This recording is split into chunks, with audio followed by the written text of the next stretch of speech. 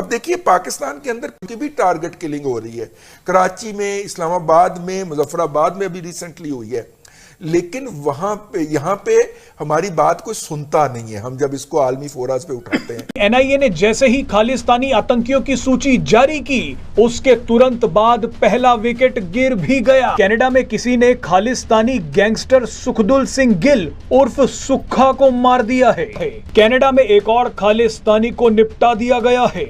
इस खबर के बाद पूरे कनाडा में हड़कंप मच गया है। ये इस टाइम पे ट्रूडो ने गलत पंगा ले लिया है। तो ये मामला इसको इंडिया की तरफ से इस तरह लिया जा रहा है कि ये एक मास्टर स्ट्रोक है, खेला गया है। अच्छा ठीक है, ऐसा है तो चले एक जो है हम भी, हमारे पास भी फिर इस तरह के हैं ट्रिक्स, हम ये कर सकते हैं, हमारे पास भी बहुत कुछ है खेलने के लिए।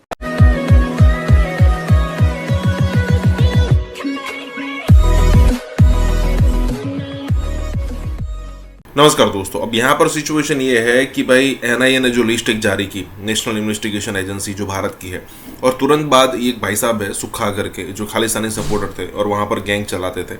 मतलब यहाँ पर मैं बात कर रहा हूँ कनाडा के अंदर की।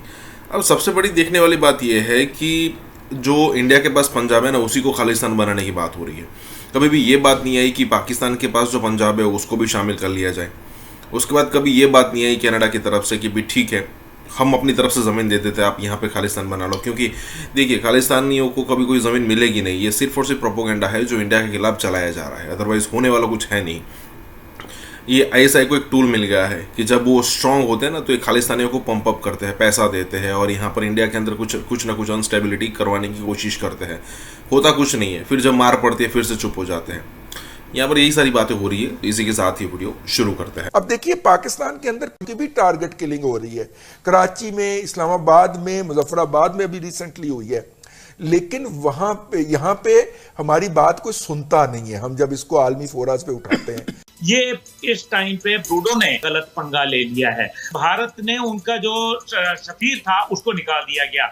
ताज़ा इतलात ये हैं कि इस टाइम पे तमाम अमला दोनों ममालिक ने एक दूसरे का गैर पसंदीदा करके, यानी कि दूसरे लफ्जों में उनके सिफारती का ताल्लुकात मुनक़ते हो गए हैं वक्ती तौर पे। वो इतना ताकतवर समझते हैं और ये समझते हैं कि हम आलमी दुनिया को अपने पीछे लगा लेंगे क्योंकि मंडी हमारी बहुत बड़ी है, इकोनॉमी का साइज हमारा बड़ा है, इंटरनेशनल डिप्लोमेटिक कॉन्टेक्स्ट में हम अपने आप को मनवा लेंगे। आज किसका पलड़ा भारी है, तो इसमें आपको मैं ये बताना चाहती हूँ कि जो ज्वाइंट स्टेटमेंट होती है, देखिए ना, कनाडा की तरफ से जो उनके अलाइज हैं उनकी तरफ से अगर एक ज्वाइंट स्टेटमेंट आ जाती इंडिया के खिलाफ, तो तब तो ये कहा जाता और ये ठीक होता कि जनाब जो प्राइम मिनिस्टर जस्टिन ट्रूडो हैं उनका पलड़ा भारी है, क्योंकि उन्होंने जो अपने जितने भी अलाइज हैं उनसे एक ज्वाइंट स्टेटमेंट लिखवा ली है। लेकिन ऐसा नहीं हो सका। G20 में ये हुआ है कि ये कहा गया है कि इंडिया जो है वो पूरी दुनिया की जो शेपिंग ग्लोबल पॉलिसीज की बात की गई है। तो उस सिचुएशन में आप कैसे ये कह सकते हैं कि ऐसे उसमें जो है वो मतलब हर कंट्री जो है वो अपना वो देखता है। खालिस्तान टाइगर फोर्स के आतंकी हरदीप सिंह निज्जर की हत्या को लेकर कनाडा ने भारत से अपने रिश्ते लगभग तोड़ लिए हैं, लेकिन इसी बीच एक और बड़ा धमाका हुआ है। कनाडा में एक और खालिस्तानी को निपटा दिया गया है। इस खबर के बाद पूरे कनाडा में हड़कंप मच गया है। आपको बता दें कि कनाडा में किसी ने खालिस्तानी गैंगस्टर सुखदुल सिंह गिल उर्फ सुक्खा को मार दिया है। सुक्खा पंजाब से साल 2017 में जाली पासपोर्ट तैयार करवाकर कनाडा पहुंच गया था, ठीक वैसे ही जैसे हरदीप सिंह निज्जर कनाडा पहुंचा था। ये इस टाइम पे ट्रूडो ने गलत पंगा ले लिया है। भारत ने उनका जो सफीर था उसको निकाल दिया गया। ताज़ा इतलात ये हैं कि इस टाइम पे तमाम अमला दोनों ममालिक ने एक दूसरे का गैर पसंदीदा करके, यानी कि दूसरे लफ्जों में उनके सिफारती का ताल्लुकात मुनक़ते हो गए हैं वक्ती तौर पे। वो इतना ताकतवर समझते हैं और ये समझते हैं कि हम आलमी दुनिया को अपने पीछे लगा लेंगे क्योंकि मंडी हमारी बहुत बड़ी है, इकोनॉमी का साइज हमारा बड़ा है, इंटरनेशनल डिप्लोमेटिक कॉन्टेक्स्ट में हम अपने आप को मनवा लेंगे। खालिस्तानी गैंगस्टर सुक्खा का वही हाल हुआ है जो हरदीप सिंह निज्जर का हुआ। रिपोर्ट्स में बताया जा रहा है कि सुक्खा को कनाडा के विनिपेग में गोलियां मारी गई हैं। खालिस्तानी गैंगस्टर सुक्खा की मौके पर ही मौत हो गई है। मजे की बात देखिए कि सुक्खा दुनिया का उन 43 आतंकियों और गैंगस्टरों की सूची में शामिल था जिस सूची को भारत की नेशनल इन्वेस्टिगेशन एजेंसी यानी एनआईए ने कल ही जारी किया था। यानी एनआईए ने जैसे ही खालिस्तानी आतंकियों की सूची जारी की, उसके तुरंत बाद पहला विकेट गिर भी गया। आपको बता दें कि सुक्खा की मौत के बाद कनाडा में बैठे हर एक खालिस्तानी के पैरों के नीचे से जमीन खिसक गई है। सबसे बड़ी डेमोक्रेसी है जी, आबादी है, हम बहुत बड़ी मार्केट है, मंडी है जी आलमी ताकतों के लिए, लिहाजा हम इस तरह कुछ कर लेंगे तो कोई नहीं पूछेगा, ये वक्ती होगा और दब जाएगा। ट्रूडो ने ये इसलिए खास तौर पे किया है, मुझे लगता है कि ये G20 की मीटिंग में he was not given much importance, और उसकी वजह ये है कि Trudeau is considered being very soft.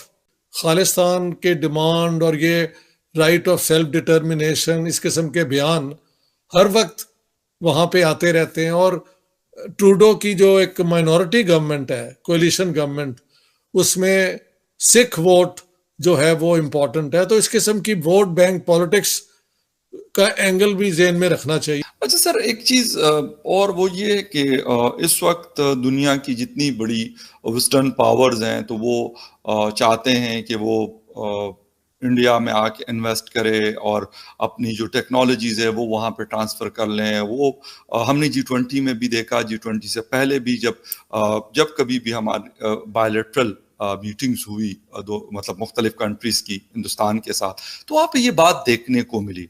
इस वक्त आपको पता है कि यूक्रेन वॉर से लोगों की बड़ी आंखें खुली हैं। बेशक वो जंग खत्म नहीं हुई, लेकिन वहां पर भी वेस्टर्न पावर्स को पता है कि उसका नुकसान उनको क्या हो रहा है। हालांकि उन्होंने हिंदुस्तान के ऊपर भी प्रेशर डालने की कोशिश की, बाकी दुनिया जहां जहां उनका चलता था या चल सकता था उन्होंने कोशिश की, लेकिन फाइनली उनको ये बात समझ आ गई कि यहाँ पे शायद हमारी नहीं सुनी जाएगी। तो इस वक्त आपको लगता है कि यूक्रेन के होते हुए, क्योंकि चाइना को भी कहते हैं कि टैकल करने के लिए हमें हिंदुस्तान चाहिए, जैसे जी तो इंडिया को एक मजबूत पावर, ताकि वो चाइना की बजाय एशिया में उनके पॉइंट ऑफ व्यू को प्रेजेंट करे, लेकिन इंडिया हमेशा अपने सेल्फ इंटरेस्ट में जाता है, तो maybe they want to get greater control over India इन हालात में। लेकिन मेहल इंडियन लीडरशिप इतनी बेवकूफ नहीं है कि वो इन हालात में बिल्कुल एक वेस्टर्न पावर की एजेंट बन जाएगी। राइट। और ये भी है कि चाइना और इंडिया अगर अपने ये रिजॉल्व कर लें तो एशिया में एक और इक्वेशन भी बन सकता है कि why not India and China try to sort out the differences. हैं तो एक बॉर्डर के मुतल्लिक ही ना, तो अगर वो कर लेंगे तो फिर ये सारी वेस्टर्न मैशिनेशन जिसे कहते हैं, मैनूवरिंग, वो उसका इफेक्ट कम हो जाएगा। लेकिन एट द मोमेंट तो यही कोशिश है कि इंडिया को अपने साथ रखा जाए चाइना को काउंटर करने के लिए। तो इन हालात में क्या, जब तक प्रूफ नहीं आ जाता ना कि वाकई किसी इंडियन एजेंट ने ये कत्ल किया है, तो आई डोंट थिंक कि अमेरिकन और यूके और ये कोई ऐसा प्रेशर डाल रहे हैं। मैं उनके बयान को सिर्फ एक रूटीन स्टेटमेंट ही समझता हूँ। मैंने तीनों के बयान पढ़े हैं, वो यही है कि we are deeply concerned and proper investigation should be taken. लेकिन इसका मतलब ये भी तो है ना कि ट्रूडो का अगर इल्जाम बेबुनियाद है तो फिर वो कनाडा को इस एतबार से इररिस्पॉन्सिबल करार देंगे।